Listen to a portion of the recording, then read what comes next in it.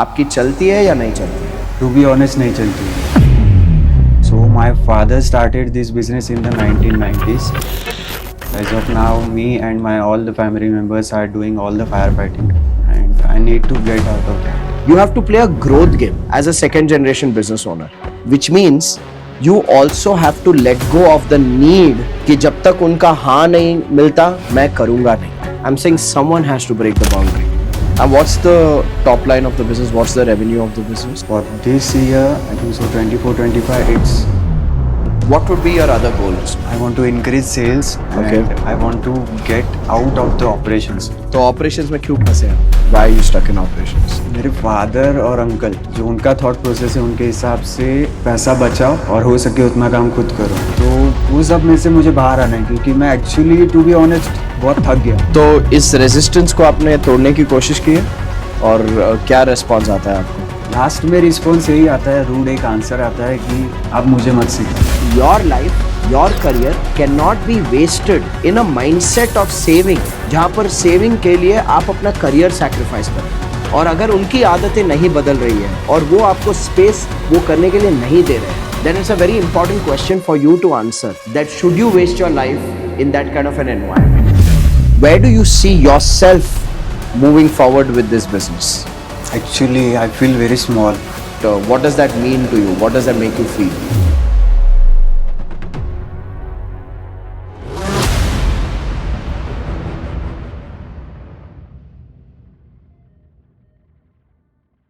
Hello Chaitanya, welcome to Fix My Business, and this is the place where we understand about your business, we understand your challenges, and we help you fix whatever area of your business you want us to fix.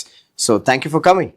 Yeah, thank you so much for doing this. Well, pleasure is mine. So Chaitanya, if you could tell me in 60 seconds, what is your business and what is the product or service you're offering to the market?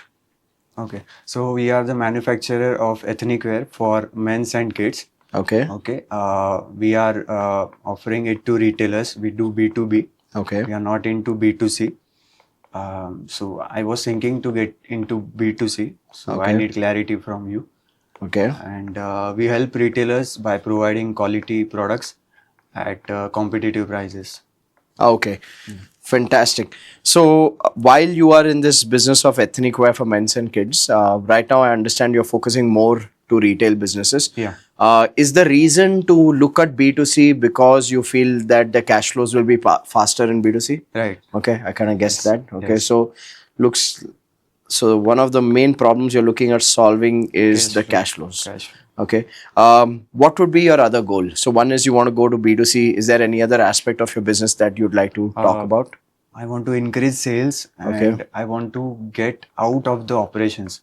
So Okay. as of now, me and my all the family members are doing all the firefighting, Okay. as you say, Yep. and I need to get out of that. Awesome. That is the main. So I'm seeing three goals here. One is go to B2C. Second is to increase sales, and the third is to get out of operations. Right. So tell me a little bit more about who are your partners, or you said it's a family business. So who all are involved in the business from the family?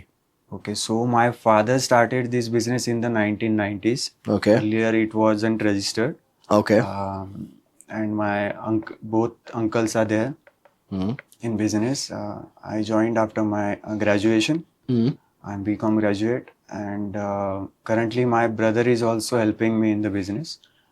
Younger brother, Okay. who is in the photography, wedding photography. Okay. Yeah, So he's more part-time kind of more pitching. part time. Okay. Because wedding photography have a season, Yeah. not a regular work. Fair enough. And what's the top line of the business? What's the revenue of the business at this point of time? Actually, I know the turnover, Yeah, not revenue. For this year, I think so 24-25, it's 124, 1 crore 24 lakhs. Okay. Got it. And what would be an ideal outcome or goal for you to achieve? So right now you're at 1.24 crores. Where would you like to take it? So my first goal is 3 crores. Okay. And as I have decided in the pace, my main goal is 10 crores. Okay. So your next milestone is 3 crores. Yeah. And how many retailers do you currently supply to? Around 45 to 50. Okay.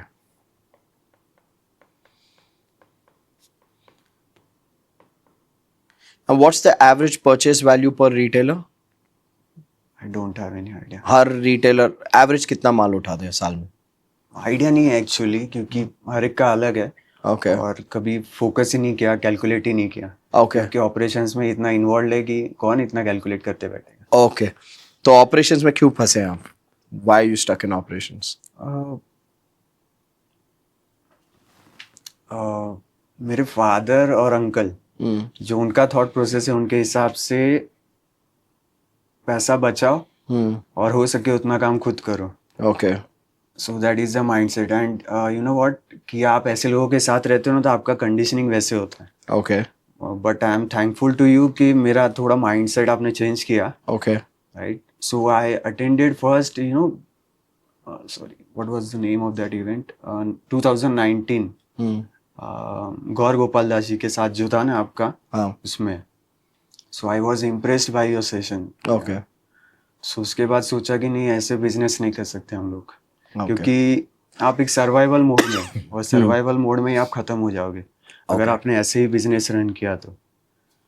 तो फिर मैंने सोचा team वो सब develop करना चाहिए. फिर मैंने पेस अटेंड किया online.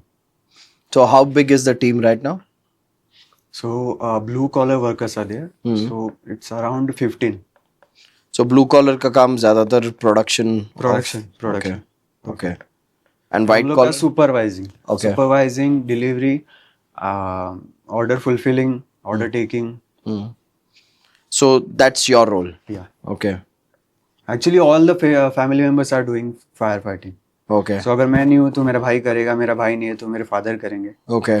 So you know what, कि जब भी फैब्रिक आता है तो उसका कटिंग करना पड़ता है. मतलब अगर हम लोग के लैंग्वेज में बताए तो मेरे कटिंग मेरे फादर अभी तक करते हैं. Okay.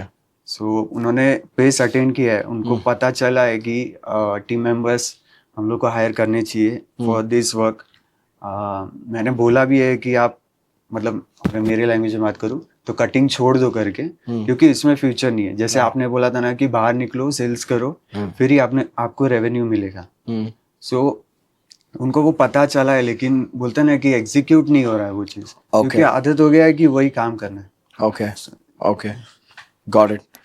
So Chaitanya, what I understand is कि the entire family is playing only a supervisory role. Right. Nobody is playing the role of growing the business. No. Now, let me ask you a question. Considering this is a family business and considering you're the second generation in the business, Right.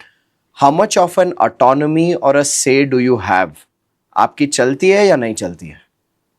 To be honest, नहीं चलती है. Okay. क्योंकि पैसे का बात आता है तो मेरी कुछ नहीं चलती. Okay. And when you bring up these kind of suggestions and ideas, तब what is the response you get? Do you get a no or do you get a yes but उसके बाद कुछ follow through नहीं होता है? मेरे दोनों, थोड़ा लॉन्ग होगा आंसर. हाँ हाँ, प्लीज प्लीज.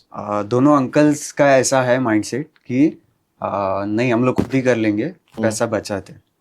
फादर को आफ्टर पेस पता चला है कि नहीं, ये जो सजेस्ट कर रहा है इसने कुछ सीखा है इसलिए सजेस्ट कर रहा है. लेकिन जो खर्चा करने की बात आती है ना, तो नहीं होता है पापा से. ओके. तो इस रेजिस्टेंस को आपने तोड़ने की कोशिश की है? बहुत. और क्या रिस्पॉन्स आता है आपको? लास्ट में रिस्पॉन्स यही आता है, रूड एक आंसर आता है कि आप मुझे मत सिखाओ. ओके. सो आई, उसके आगे मैं नहीं जा सकता फिर, क्योंकि मुझे फिर वो टैकल करना नहीं आता. ओके. सो चैतन्य, वाइल हमने ये कॉन्वर्जेशन शुरू की और you said कि you want to increase the sales. Right. I think to be able to increase the sales, you have to make some decisions. And to be able to make those decisions, first I think we have to be clear about who are you in the business and who do you want to be in the business. Right. A lot of family businesses, one of the challenges that I see is कि the older generation has a certain prefixed way of working. True. And because the older generation has a way of working, even if the younger generation wants to take initiative, वो control older generation से छूटता नहीं है. Right. So in this kind of a scenario, one of the recommendations or rather questions I have for you first before I give you a recommendation is if this continues, if this dynamic of relationship continues जहाँ पर uncles और father सब कुछ control कर रहे हैं और आप जितना भी growth करना चाहे, आपको वो छूट नहीं मिल रही है, where do you see yourself moving forward with this business? Nowhere. Okay. And what does that mean to you? What does that make you feel? Actually, I feel very small. Yeah. ऐसा लगता है कि capability बहुत है लेकिन कुछ करने नहीं मिल रहा है.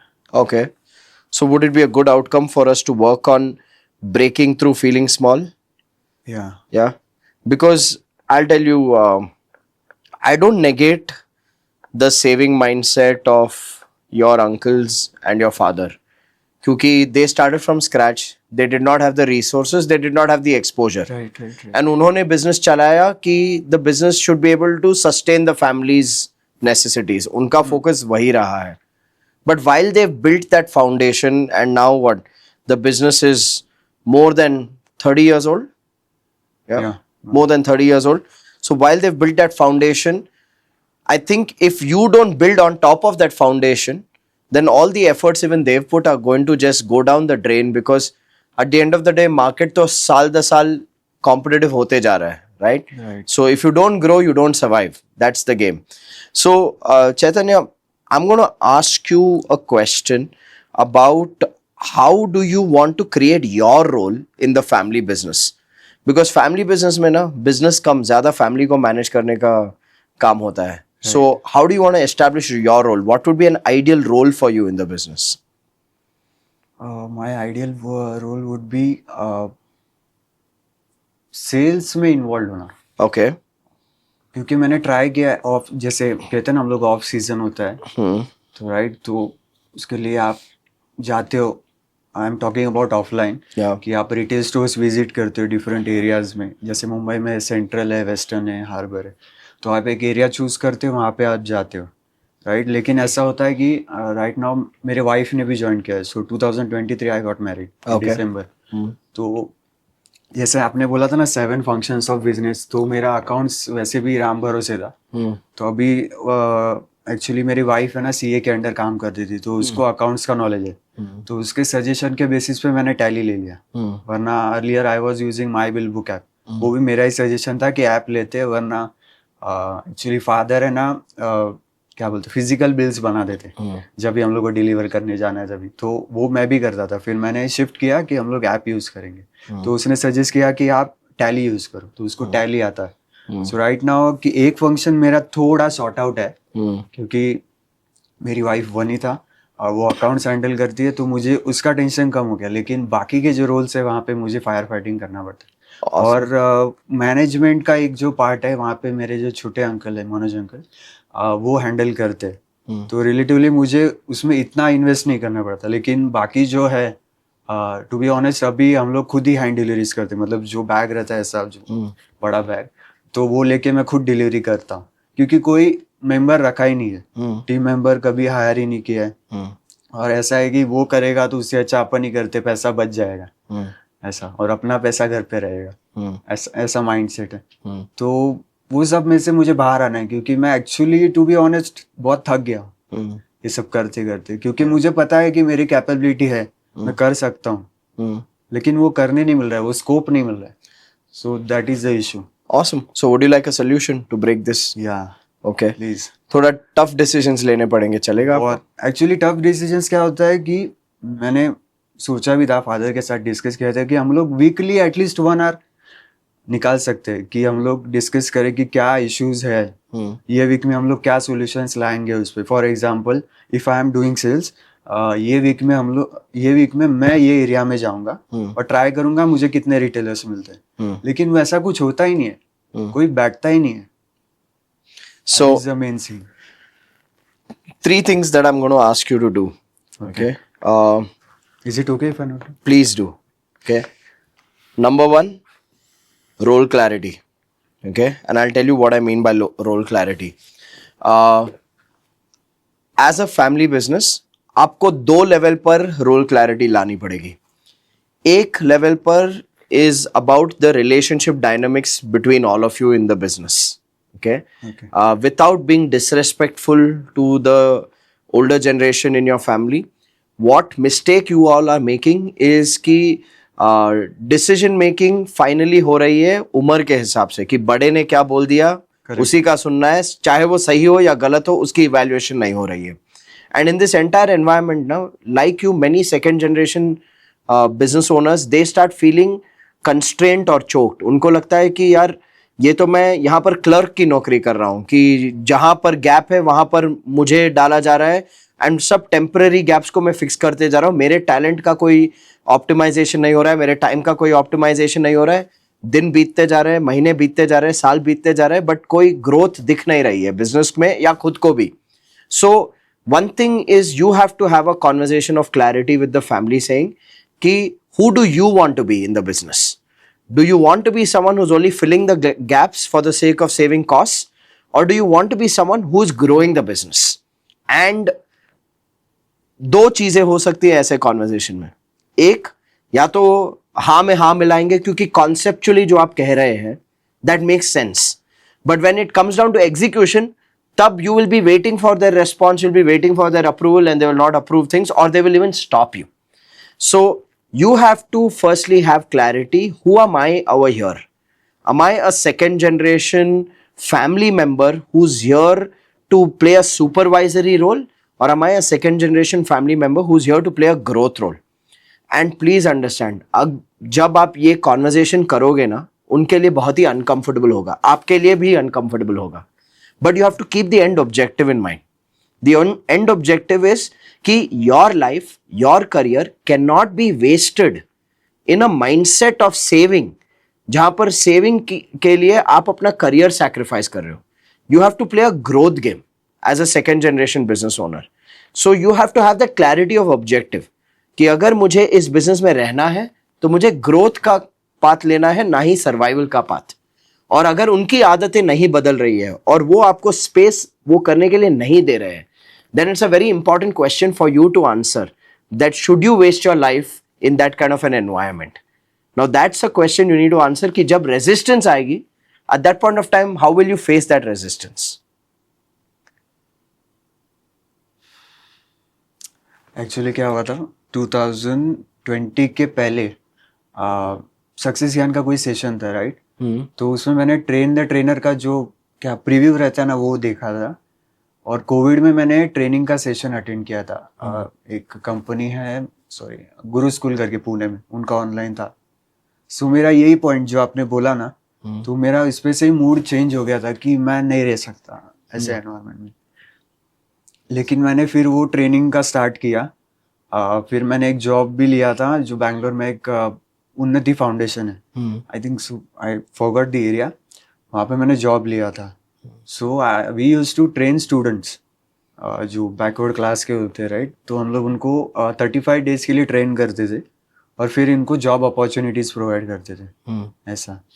लेकिन वो मैंने 1 साल तक किया. फिर मैंने सोचा कि नहीं, अभी फिर दूसरी कंपनी करता हूँ, ऐसा. लेकिन फिर से मैं मैंने एंटर किया तो स्टार्टिंग में लगा कि नहीं, अभी मेरे हाथ में कंट्रोल है. लेकिन वो धीरे धीरे ऐसा होता है कि नहीं, आपके हाथ में कुछ है नहीं, ऐसा. तो वो भी मैंने छोड़ दिया. एक्चुअली अगर मैं नोटिस करूँ खुद को, तो मेरा जो क्या बोल सकते हैं लिमिटिंग बिलीफ या मेरा जो ड्रॉबैक है कि मैं जल्दी गिव अप कर देता हूँ, right? If we are set to give 1000 days, right, कि कोई भी चीज को आप 1000 डेज दो, 3 साल दो, तभी आपको पता चले कि क्या होगा वो लाइन में. सो मैंने वो नहीं किया, तो मैंने वो किया था. लेकिन अभी मैं एक ऐसे स्टेज पे राइट नाउ मैरिड, तो ऐसा लगता है कि यार नहीं छोड़ सकता अभी. और ऐसा है कि आपने जैसे बोला ना कि उन्होंने जो फाउंडेशन प्रिपेयर किया है, तो वो फाउंडेशन प्रिपेयर किया है, लेकिन वो जो आगे के जनरेशन को क्या बोलते हैं हम लोग कि अथॉरिटी देना चाहिए, वो उनसे नहीं हो रहा अभी तक. उनको कंसेप्चुअली सब पता है, जैसे आपने बोला ना, कंसेप्चुअली अगर मैं मीटिंग करूँ, उनके साथ बैठूँ कि ऐसे ऐसे करना है, वो हाँ बोलेंगे. लेकिन जब भी काम आता है ना सर पे, तभी वो काम छोड़ दे. तो सेल्स छोड़ दे, ऑपरेशंस आज इम्पोर्टेंट है, तो ऑपरेशंस ही कर. So that is what is happening. So what needs to change then? What needs to change from you so that you can make the change there? Can I add something? Yes. So ऐसा है कि to be honest ना, मेरे यानी हम लोग 2 भाई है, फिर मेरे जो बीच वाले अंकल है उनको 2 भाई है, और जो छोटे अंकल है उनको एक लड़का एक लड़की है। तो ऐसा है कि फैमिली बिजनेस अगर रन करना है इन फ्यूचर तो वो मुझे ही करना है, क्योंकि मेरा जो यंगर ब्रदर है वो फोटोग्राफी में, तो he is like on off, उसका फोटोग्राफी का रहेगा तो ये छोड़ देगा। So at least he have a career, I don't have anything. तो ये मुझे ऑप्शन नहीं है, उसको वो ऑप्शन है कि एटलीस्ट वो कमर्शियल में घुस जाए तो उसको कुछ तो इनकम मिलेगा, उसको कुछ तो घर चले, लेकिन मेरे को वो ऑप्शन नहीं है। सो वैसा एक फियर है बैक ऑफ द माइंड कि यार अगर मैं छोड़ दूं ना तो अभी मेरे पास कुछ नहीं है, ऐसा। तो वो जो फीलिंग है ना वो बहुत, क्या बोलूं मैं, बहुत बेकार है। समझ सकता हूँ। क्योंकि फिर मैं ऐसा ना घर का ना घाट का हो जाता हूँ। क्योंकि अभी मैंने खाली जस्ट लाइक यू, मैं खाली बीकॉम ग्रेजुएट हूँ। फिर मैंने सीएस किया था, वो भी मैंने गिव अप कर दिया क्योंकि सेकेंड लेवल मुझे 5 अटेम्प्ट आए, 6th अटेम्प्ट में एक सब्जेक्ट क्लियर हुआ, फिर मैंने गिव अप कर दिया। So my habit of giving up no so उसकी वजह से मेरा बहुत प्रॉब्लम होता है। और ये भी जो है मैं बोलता हूँ उनको कि बेसिकली मेरा मीनिंग है मीटिंग का कि हम लोग वीकली एक बार मिले कि कैसे काम करना है, लेकिन उनको कुछ करना नहीं है। वो इन्वॉल्व रहते हैं कि किसी फैमिली के पास, रिलेटिव के पास चले गए, या व्लॉग्स देखते रहे या यूट्यूब देखते रहे। और मैं ऐसा हूँ कि मेरे अंदर वो 7 दिन वो कीड़ा घुसा रहता है कि मैं बिजनेस के लिए क्या करूँ। आई थिंक मैंने आपको बहुत पहले वॉइस नोट भी भेजा था पर्सनली कि मेरे वो थॉट्स भी आते हैं तो बिजनेस रिलेटेड ही आते हैं। अभी मैं 2 दिन से बैंगलोर में हूँ, 17th को मॉर्निंग को आया। कल मेरे ब्रदर का एंगेजमेंट था, कजिन ब्रदर का, तो वो मैंने छोड़ दिया। सो वहां से भी एक ऐसा है कि यार नहीं ये अटेंड करना चाहिए था, लेकिन मुझे पता है कि मेरे लिए और मेरे बिजनेस के लिए क्या इंपॉर्टेंट है, मेरे माइंड के लिए। क्योंकि वहां पे भी मैं जाता तो मुझे काम का ही प्रेशर रहता, क्योंकि क्या है मैं अभी इन्वॉल्व हूं ना, तो सब ऐसा है कि मैंने सब पार्टीज को बोल के रखा है कि आप मुझे कांटेक्ट करो। क्योंकि क्या होता है कि मेरे फादर है ना भूल जाते बहुत सारी चीजें करने में, क्योंकि वो कटिंग वो सब में ना वो बहुत सारी चीजें भूल जाते, तो इसलिए पॉइंट ऑफ कम्युनिकेशन मैंने मुझे रखा। तो क्या होता है सब लोग मुझे अप्रोच करते, तो उसमें कभी कभी पूरा दिन भी चला जाता है। So, I have a question for you, Chaitanya. So, when it comes to your role, okay, one thing is clear कि किसी को तो बाहर जाना पड़ेगा मार्केट में, किसी को तो बिजनेस को रिप्रेजेंट करके बिजनेस को बाहर बिल्ड करना पड़ेगा। And I know it seems like you are the one who is most inclined to do that, correct?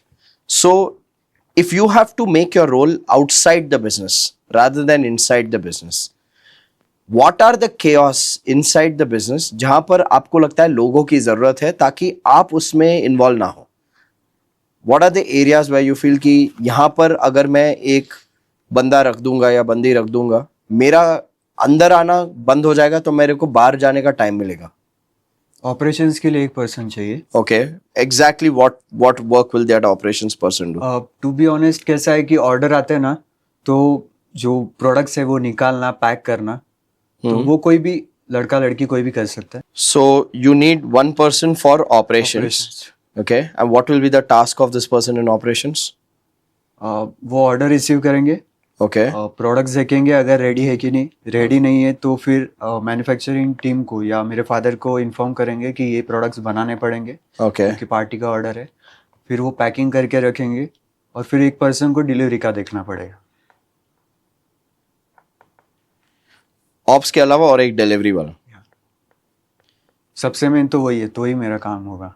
So कितनी होगी सैलरी एक ऑपरेशंस एग्जीक्यूटिव की ऐसा काम करने के लिए आपके इंडस्ट्री में, एक approximate?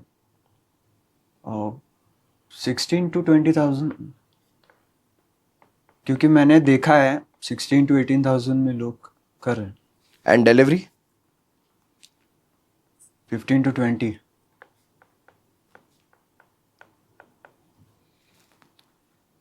Okay, so you need these two people for you to stay out of the office and go out there and build a market. And if you go out and build a market, समझो आप हफ्ते में 4 दिन बाहर हो, on an average कितने retailers के साथ आप मिल सकते हो, कॉन्वर्जेशंस कर सकते हो? एवरेज अगर 10 का भी करूँ ना तो वीक में मैं 50 न्यू रिटेलर्स कर सकता हूँ। 50 एवरेज।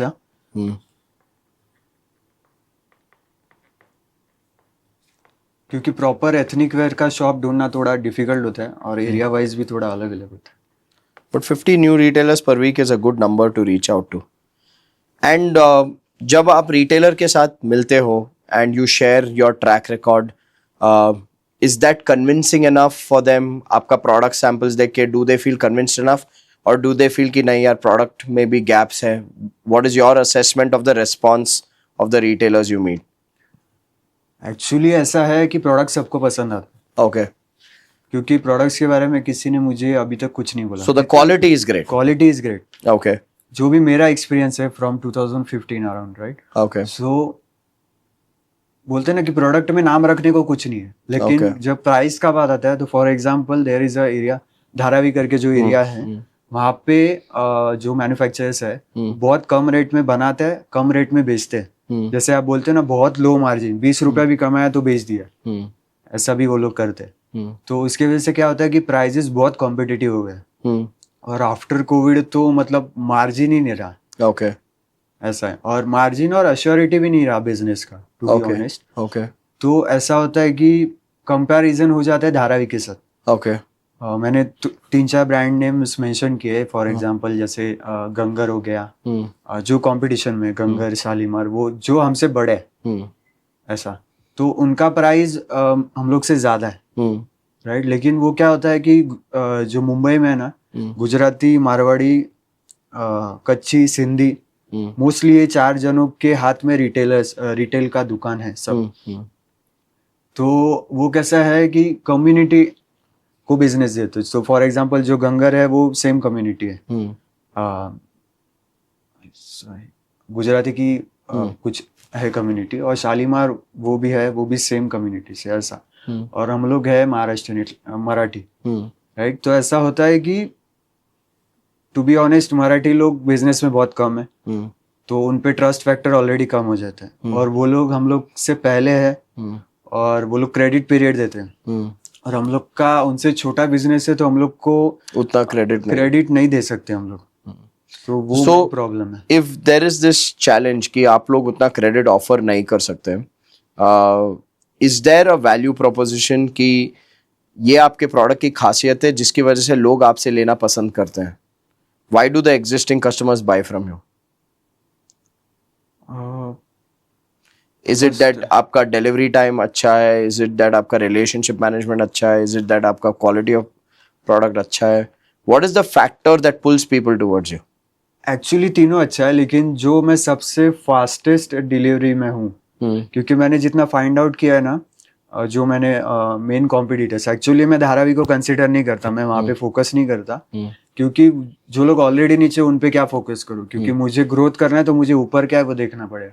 सो जो शालीमार और गंगर, जो 2 ब्रांड मैंने बोला, उनका प्राइसेस हाई है. उसमें एक ऐसा होता है कि आपके प्रोडक्ट्स है ना 2 पैकिंग में आते हैं. एक हम लोग उसको पुट्ठा पैकिंग बोलते हैं, हिटलॉन पैकिंग बोलते हैं. जो शर्ट्स आते हैं ना रेगुलरली, वो हिटलॉन पैकिंग आते हैं. तो हम लोग ने ऐसा किया कि हम लोग प्रोडक्ट्स हिटलॉन पैकिंग में देते हैं, यानी वो लुक वाइज बेटर दिखता है. लेकिन उससे क्या होता है, आपका कॉस्ट भी बढ़ता है. फिर भी मेरा कॉस्ट वो दोनों ब्रांड से कम है. ओके. लेकिन फिर भी रिटेलर्स चेंज नहीं होते, वो फोकस करते कि उस पर, क्योंकि कैसा है, वो कम्युनिटी वाला है, रिटेल है, और आई थिंक वो परचेस मैनेजर को कमीशन देते होंगे. To be honest I don't know, लेकिन मुझे ऐसा लगता है, क्योंकि क्या है कि जो भी परचेस मैनेजर को मिलता हो ना, तो वो लोग बोलते नहीं हम लोग को गंगर का आता है, शालीमार का आता है. सो वो इंटरेस्ट नहीं दिखाते स्टार्टिंग में. लेकिन मैं अगर बोलता हूँ कि मेरी फास्टेस्ट डिलीवरी है, और टू बी ऑनेस्ट है, क्योंकि वो लोग का 1 वीक 2 वीक्स जाता है डिलीवरी करने. और अगर मुझे पॉसिबल हो ना, तो अगर मैंने मॉर्निंग में ऑर्डर लिया हो तो मैं शाम को डिलीवर कर दूँ. मेरा डिलीवरी इतना फास्टेस्ट है. लेकिन फिर भी आई डोंट नो कि वो रिटेलर कन्विंस क्यों नहीं होता.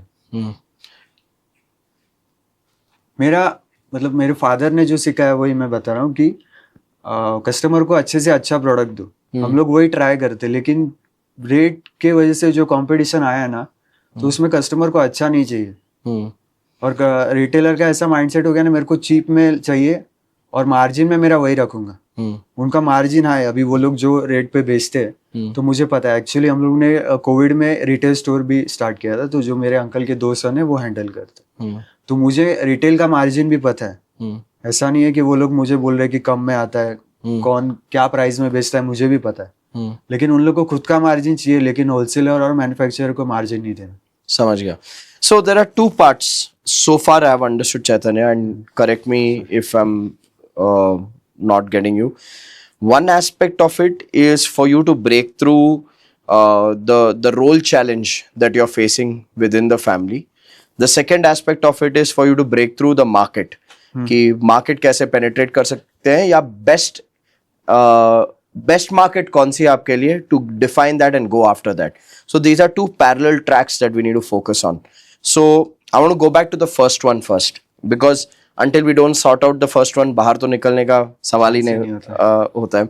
So one conversation, like I said, you need to have with the family is about the clarity of roles amongst the family. What I understood is कि your uncles, your father, they are not full time operational. जैसे आपने कहा कि बहुत वक्त वो relatives या इधर उधर मतलब if they have free time, no, हाँ. so what I suggest, you know, कि अभी मैन्युफैक्चरिंग जॉब क्या बोले बहुत डिमांडिंग है, 6 days तो उसमें ही जाता है. संडे को आपको छुट्टी है तो संडे आप खुद को टाइम दो, दैट इज इम्पोर्टेंट, राइट?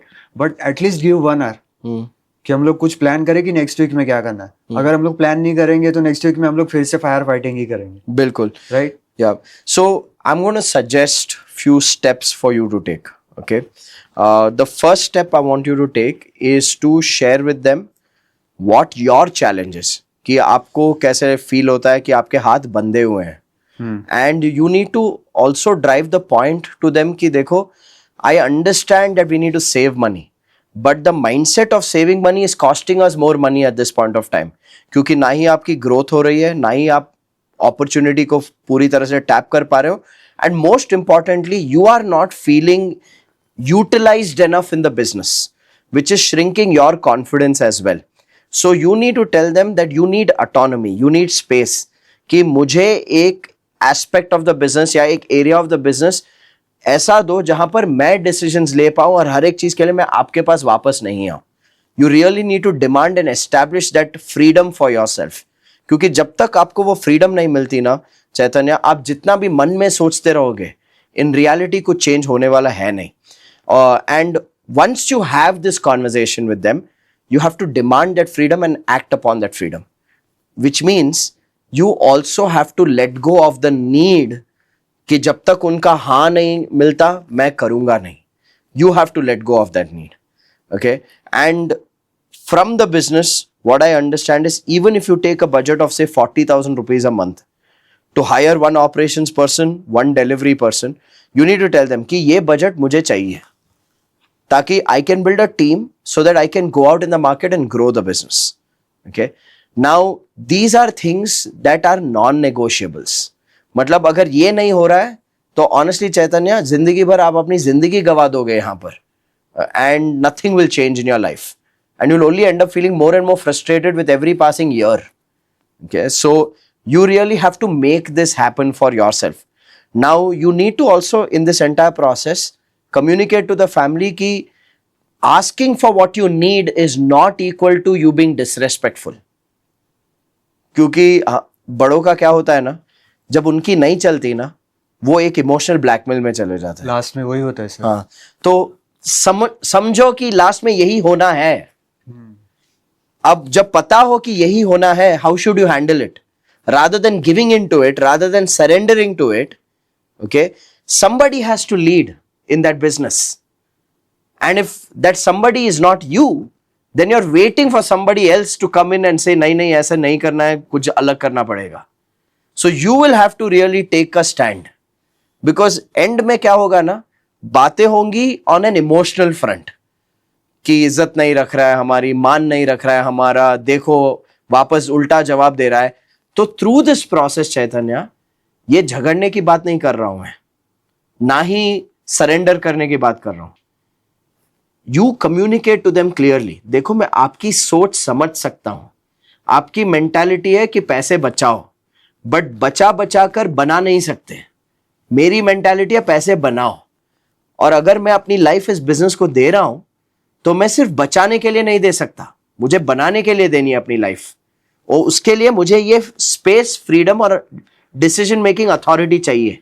आपको अच्छा लगे ना लगे, at the end of the day you are the future of this business.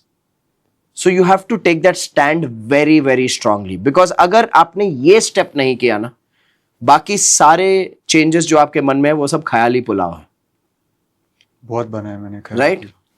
और वो ख्याली पुलाव कभी चखने को मिलता नहीं है. Right. So this is one change you have to drive.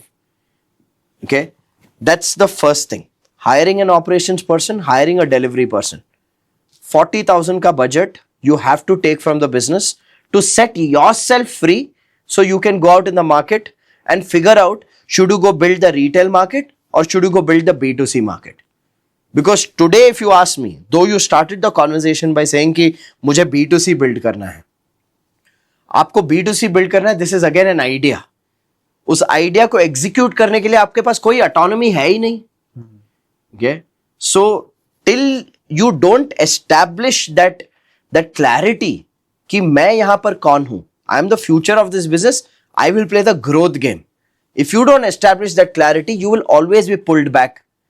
You mention to be in this conversation कि कभी कभी डिलीवरी आप खुद देने जाते हो. For me, that is a waste of your time. It's a waste of your talent. Okay? उस तरीके से पैसे बचाने को बचाना नहीं, बेवकूफ़ी कहते हैं. Okay? With due respect to how you guys are operating, it's the reality. Right? True. So, first step is role clarity. Non-negotiable. Okay? Second step is a weekly meeting.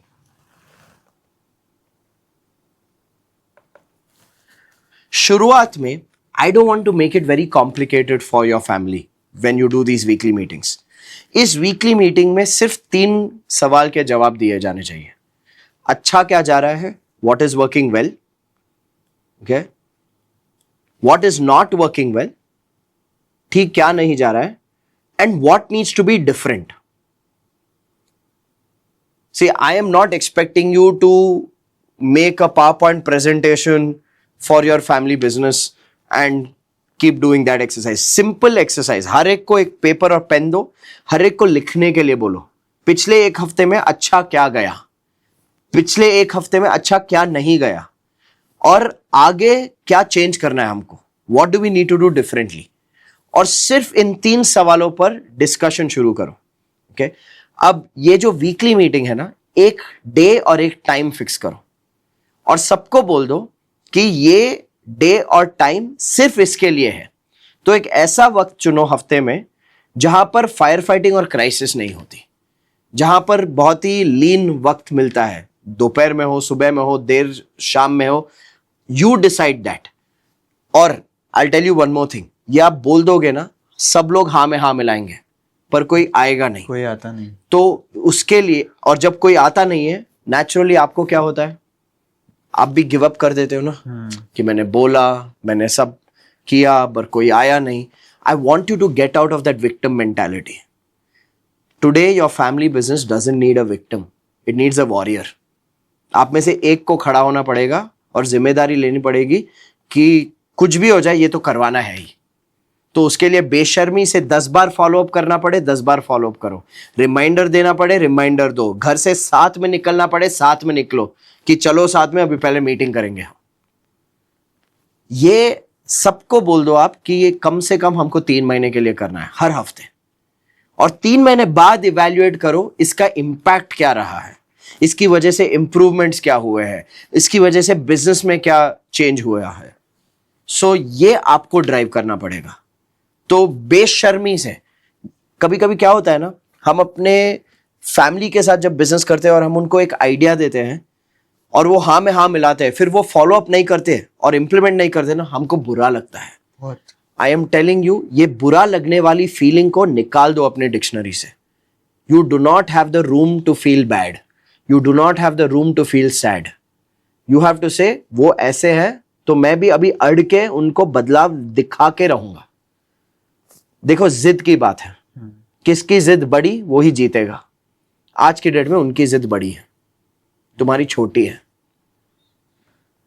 फर्क यह है कि उनकी जिद की वजह से बिजनेस स्ट्रगल हो रहा है, वहीं का वहीं अटका है. अगर तुम्हारी जिद पर लोग चलेंगे तो बिजनेस को ग्रोथ की एक अपॉर्चुनिटी मिलेगी. तो तुम्हारा इंटेंशन सही है, ओके, और तरीका भी सही है. तरीका क्या है? तरीका झगड़ने का नहीं है, तरीका है एक लीडर की तरह हमेशा उनको पुश करते रहना, और तब तक पुश करते रहना जब तक उनको उस चीज का फायदा ना दिखे। जैसे उनको फायदा दिखेगा ना, वो खुद फॉलो करना शुरू कर देंगे। तो उस मोमेंट तक ले जाना, वो आपकी लीडरशिप होगी। ओके, तो हंसी हो, मजाक हो, कुछ भी, कोई भी टोन लेकर सिवाय गुस्से के, take any other tone and keep pushing them. You know, कभी कभी ऐसा होता है ना कि हमको पता होता है कि किस में क्या खामी है। राइट। जब हमको पता है कि उसमें वो खामी है और हम उसको एक्सेप्ट करते हैं, रिजेक्ट नहीं करते, हम उस खामी को एक्सेप्ट करके उसका मजाक उड़ा के उनको पुश करते हैं ना, तो उस सिचुएशन में टेंशन कम हो जाती है। हम अगर डिसअपॉइंट होते हैं या हम गुस्सा होते हैं तो टेंशन बढ़ जाती है, फिर फोकस पूरा होता है वो डिसअपॉइंटमेंट में और उस टेंशन पर। बट हंसी मजाक में अगर कर करके धक्का मार मार के इनसे वीकली मीटिंग करवाओगे और इन 3 सवाल के जवाब लिखवाओगे और डिस्कस करवाओगे ना, 3 महीनों में उनको फर्क दिखेगा। They all will start demanding this. You need one strong leader in that business, and it has to be you. So you have to shift few gears, my friend. All your challenges are valid, but all your challenges are also optional. And you have to choose the option of eliminating these challenges. You can't get into disappointment. I'm sure आप जब घर वापस जाते हो and you and your wife sit and talk, sometimes you feel helpless and you'll be sharing with her कि मैं जितना भी बोलूं करते नहीं है, सुनते नहीं है, अटक गया हूं, फंस गया हूं, पता नहीं क्या कर रहा हूं। Gate out of that blaming mode, complaining mode. जो है सो है तो अपने। अब इनको घसीट के उस माइंडसेट से, उस अंधेरे से निकालने का काम आपका है। So you have to see yourself as a leader, not as a rebel. I am highlighting this point again and again, क्योंकि बहुत से फैमिली बिजनेसेस में क्या होता है ना, या तो यंगर जनरेशन झुक जाती है और सफर करती है साइलेंस में, या तो झगड़े में अटक जाते हैं। Neither of the two are the right options. We need one leader who can communicate with clarity, communicate with compassion, communicate with courage. तो अगर आप अपने कम्युनिकेशन में क्लैरिटी, कंपैशन और करेज लाओगे, you will be able to move them to see a new result which will make it easier for you to get their buy-in in the future. Okay, so that's the second change. So first is role clarity, second is weekly meetings. Okay, the third thing that we need to, once we solve these two problems, the third thing we need to focus on is on the opportunity, which is the best opportunity for us to explore to move towards that goal of 10 crores in the future and 3 crores as the next milestone. Now, for this, honestly, I feel, एक तो I would want you to go back and थोड़ा data analysis करना पड़ेगा आपको कि आज की date में हमारे कितने कस्टमर हैं। लिस्ट बनाओ पूरे रिटेलर्स का। So that's your first step. और हर एक रिटेलर से लास्ट 1 साल में, लास्ट 2 साल में कितना रेवेन्यू आया है और क्या प्रोडक्ट गया है। ओके, और उनकी पेमेंट टर्म्स कैसी है। So first I want you to analyse your existing 45 to 50 retailers. और जब आप ये 45 to 50 रिटेलर्स जो आपके हैं, एग्जिस्टिंग कस्टमर्स हैं, उनकी एनालिसिस करोगे, I want you to rate them कि ए कैटेगरी रिटेलर कौन है, बी कैटेगरी रिटेलर कौन है, सी कैटेगरी रिटेलर कौन है और डी कैटेगरी रिटेलर कौन है। और मैं आपको इनकी डेफिनेशंस भी दूंगा। ए कैटेगरी रिटेलर आपके वो कस्टमर्स हैं जिनका क्वांटिटी ऑफ परचेज अच्छा है, जिनका पेमेंट भी टाइम पर आता है और जिनसे प्रॉफिट भी अच्छा कमाया जाता है। Okay, so you have to evaluate quantity of purchase, you have to evaluate payment schedule कि टाइमली पेमेंट्स कौन दे रहा है, और you have to evaluate profit margin, आपने कितना कमाया है उस रिटेलर से। सो आपके top 20% customers will be your A category. Okay, then comes your B category. B category retailers वो होंगे जिन्होंने सारे फैक्टर्स में उनका पॉजिटिव नहीं होगा। क्वांटिटी अच्छी होगी पर शायद पेमेंट में डिले होगा, या पेमेंट टाइम पे होगी, प्रॉफिट मार्जिन अच्छा होगा बट क्वांटिटी कम होगी। तो एक दो फैक्टर उनके पॉजिटिव होंगे, एक दो फैक्टर उनके नेगेटिव होंगे। सी कैटेगरी रिटेलर जो होंगे, ये वो कस्टमर्स हैं जो आपसे खरीदते हैं जब उनके लिए फायदा हो, नहीं तो वो नहीं खरीदते। वो रेगुलर नहीं है, कंसिस्टेंट नहीं है, पेमेंट्स में भी बहुत सताते हैं, तो they are very inconsistent buyers. D category is dangerous, मतलब ये वैसे लोग हैं जहां पर आपने माल सप्लाई किया है और उन्होंने हाथ ऊपर कर दिए, पेमेंट नहीं आई है। So I want you to identify your existing retailers. 45 to 50 retailers जो हैं आपके, उनको 4 कैटेगरीज में बांटिए। Then what I want you to do as the next step is go out there and meet only the A category and B category retailers. सिर्फ A category और B category से मिलो और उनसे पूछो, how can we increase business, how can we do more business together. आज की date में I will not be surprised based on how you and your family has been spending time in the operations. I will not be surprised that even your most loyal customers feel disconnected with you, क्योंकि आप relationship building में time नहीं दे रहे हो, आप delivery fast दे रहे हो, आप ऑपरेशंस पर फोकस्ड हो। बट बिजनेस ना सिर्फ ऑपरेशनल एक्सीलेंस पे ग्रोथ नहीं होता है, आपके जैसे बिजनेस में रिलेशनशिप बिल्डिंग बहुत इंपॉर्टेंट है। तो आप पहला फीडबैक अपने ए कैटेगरी और बी कैटेगरी रिटेलर से लीजिए। सी कैटेगरी से कुछ पूछने की जरूरत नहीं, वो जो भी बात करेंगे अपने फायदे की करेंगे, आपके फायदे की नहीं करेंगे। ए और बी कैटेगरी बैलेंस्ड रहेंगे, वो अपने रिक्वायरमेंट आपको बताएंगे कि मुझे ऐसा भी माल चाहिए, वैसा भी माल चाहिए, ये बना सकते हो क्या। So there is an opportunity where just through relationship building आप एक मार्जिनल ग्रोथ देख सकते हो अपने एग्जिस्टिंग नेटवर्क ऑफ कस्टमर्स के थ्रू ही। You don't have to go explore new customers as the first step. First step is existing customer से requirements बढ़ाओ अपने, and that is possible only through relationship building. Okay, once you do that, okay, once you do that exercise, then you will face your next level challenges in operations. क्योंकि जब requirements बढ़ेंगी तब आपको समझ में आएगा कि ऑपरेशंस में गैप्स क्या है, and at that point of time you will have to start investing in a proper team and a system in operations as well. क्योंकि आज की डेट में जैसे आपने कहा हर कोई फायर फाइटिंग कर रहा है।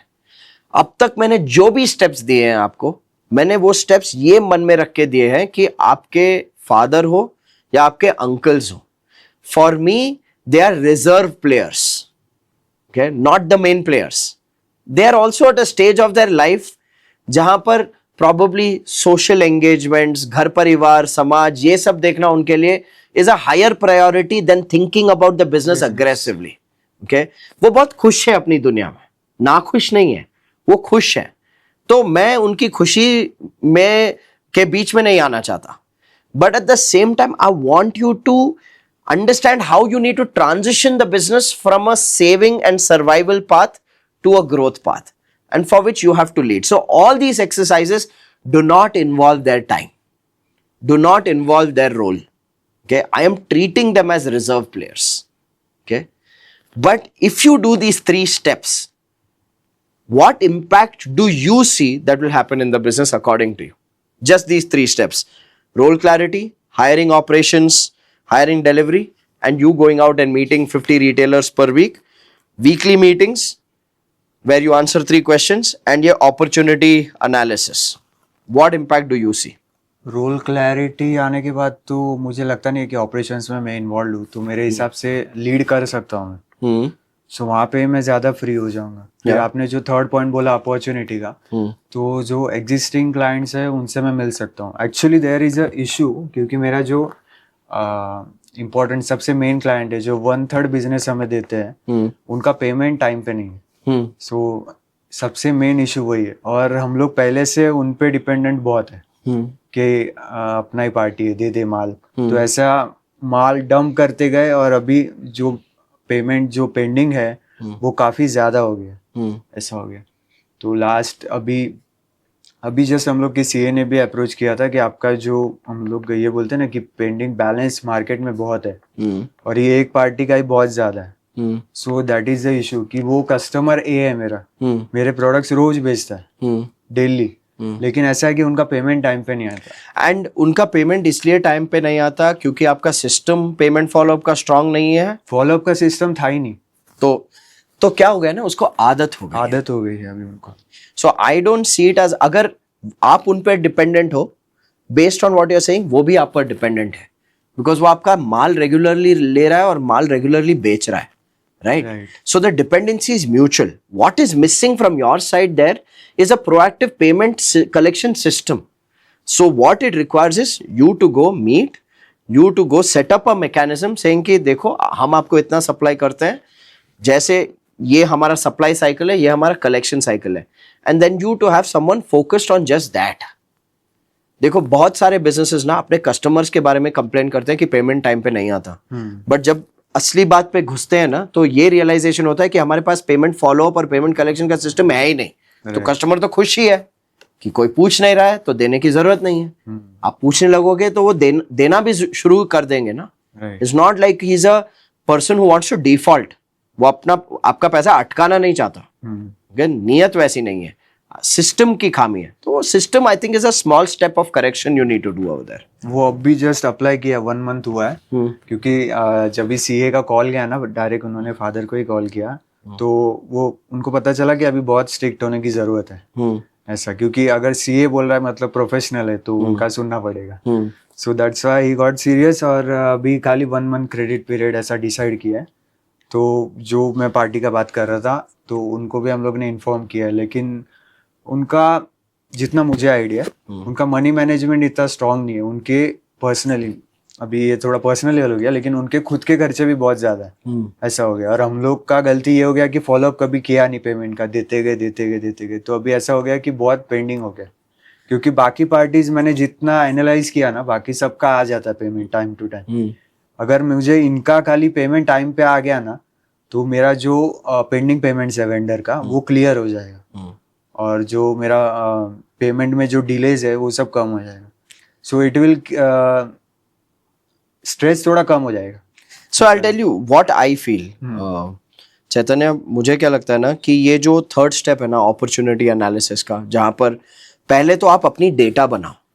सी as a business owner not knowing कि पर कस्टमर हमारी बिलिंग कितनी है, for me that's a red flag. Okay, कि that much data at least you need at a basic level, ताकि you can always measure are you meeting a benchmarks or falling short. So first step when you do this categorization and data analysis ki per customer what is our billing, what is our payment collection, what is our profit margin, and you categorize them as A, B, C, D, you will be able to understand and analyze the data and identify growth opportunity. मेरे हिसाब से 1.24 crores to 3 crores is not a very difficult task, right? If basic things are done in a focused manner. Okay, I don't want to overwhelm you with a roadmap to how you can achieve 10 crores. क्योंकि अगर मैं आपको वो आज दे भी दूं ना, if you've not implemented these basic fundamental changes, that will be again a nice plan on paper. Okay, so I want you to focus on the opportunity analysis of your existing market, the relationship building with your existing customers, and in that itself have a next step plan for every one of your A category and B category retailers. कि इनके साथ next step क्या है? Am I going to pitch for more business? Am I going to pitch for better payment collection terms? Am I going to pitch for a better pricing? Am I going to identify a new product opportunity through them or a new partnership opportunity through them? हर एक ए category और B category retailer को आप individually evaluate करो और खुद से पूछो कि नेक्स्ट लेवल अपॉर्चुनिटी ग्रोथ की इनके थ्रू कैसे हो सकती है। Do this for now, then you will see your next level challenges coming up for which you will have to focus on next level solutions. But for now, I feel these are your first 3 corrective steps to take immediately. Okay. Does that make sense? Yes. Any other questions you would have? Actually मुझे एक पूछना था आपसे। हाँ। कि आपने एक example लिया था पेस में कि आपने ड्रीम क्राफ्ट B2B से B2C शिफ्ट किया था, तो वो कैसे किया था, क्योंकि मुझे जानना था। सो हमारे में क्या था ना, so Dream Craft which is a corporate events company, we used to do conferences, product launch events, channel partner events for large corporate brands. challenge we were facing there was of long payment cycles. Okay, corporates used to say 90-day, 120-day payment cycle, and that was not a very fulfilling experience for us because it would choke our cash flows. So पहले तो frustrate होता था, but frustration में time waste करने से कोई फायदा नहीं मिला. So we asked ourselves, what is our core capability as a business? Our core capability as a business is to conceptualize events. Okay, our core capability as a business is to produce events and execute events. So concept से लेके execution तक कोई भी event हो हम कर सकते हैं. Then we asked ourselves कि चलो corporate एक market है जहां पर we can't change the rules. Okay, organization की एक procurement policy है, finance policy है, payment policy है, we can't change those rules. But can we take our core competence of conceptualizing and executing events to a market where we can dictate the terms of payment? Because for us, we wanted to solve the problem of cash flows. So that's when we started building our own IP events, our own concept events, jahan par the focus was not to do it for an organization, but to do it for a group of people who would be interested in that concept event and to monetize it through ticket sales and sponsorships. अब ticket sales और sponsorships में क्या होता है कि अगर मैं कोई इवेंट का कॉन्सेप्ट लॉन्च कर रहा हूं and you want to attend it, you have to buy the ticket in advance, so that solves my liquidity problem, right? So from a B2B business, while we continue doing B2B business, to kind of de-risk ourselves from the challenge of the B2B business, we started doing our own B2C events. So the B2C vertical solved our cash flow problem, solved our profitability problem, because we could price the event based on the value we are creating for the customer. B2B में margins बहुत कम होते हैं because the procurement team knows exactly what should be the rate and they kind of don't leave any room for any additional margin to any supplier. So B2C में profit margins better थे, cash flows better थे, and it also helped us build a revenue line in months where B2B events नहीं होते, because events also even in corporates are slightly seasonal. October to say April, we have a good flow of events, but say April to September उतने events नहीं होते हैं. So we did most of our B2C events in the lean season of corporates, so it kind of made sure that our cash flows are balanced through the year. So that was the psychology behind the change. अच्छा. Yep. Yeah. Actually, I have one ख्याली पुलाव, आगे का है. Go for it. Actually वो मेरे father का ही idea था. For example ऐसे क्या होता है ना कि एथनिक वेयर में ना रिटेलर्स का मार्जिन बहुत ज्यादा है. अगर फॉर एग्जाम्पल वो 100 को ले रहे तो 300 या 400 में बेचते हैं, जितना बेचने की जरूरत नहीं है.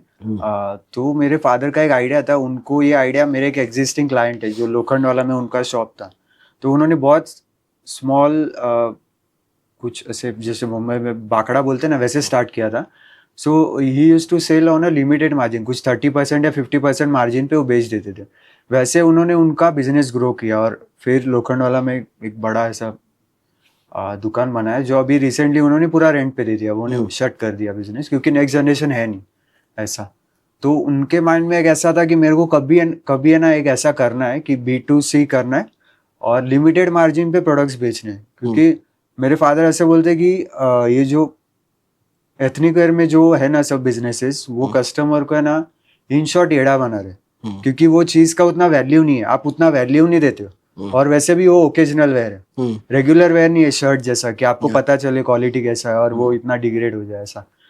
तो वो एक करना इन फ्यूचर ऐसा कि अगर I would say कि you definitely should look at B2C, but internally you have to make a lot of changes before as a business you are ready for a next level expansion. I think ये fundamentals अगर आप set कर दोगे, for me the objective of the 3 steps that I've given you, the objective is to earn the trust and the respect of your uncles and your father to say कि okay, we can take a back seat, Chaitanya is ready क्योंकि he has proved it. And I know that the question never was about your capability, but the barrier was the fact that you also got restricted with the boundaries they created. I'm saying someone has to break the boundary. So go out there and break that boundary and establish your role in the business and what you need to grow the business. Don't try to change their habit. Okay, you just show them new potential. When you show new potential, you show new growth. उनकी आदतें खुद बदलेंगी. और actually I think so pace या इससे ही idea मिला था कि आपने वो जो बोला था ना फ्रेंचाइजीज लाइक जंबो किंग जो मुंबई में बहुत सारे ये आउटलेट्स हैं उनके, तो वैसा ही मैं करने का सोच रहा था कि वो बाद में ऐसा एक सक्सेसफुली वो शॉप रन करना और फिर फ्रेंचाइजीज देना, मतलब वो लॉन्ग टर्म ख्याली पुलाव है बड़ा वाला. लेकिन तो अभी नो ख्याली पुलाव, अभी नो ख्याली पुलाव, अभी जो दिया है वही करना है. Perfect. Done. Awesome. Thank you, Chaitanya. Thank you so much. Thank you for your time. Yeah, thank you.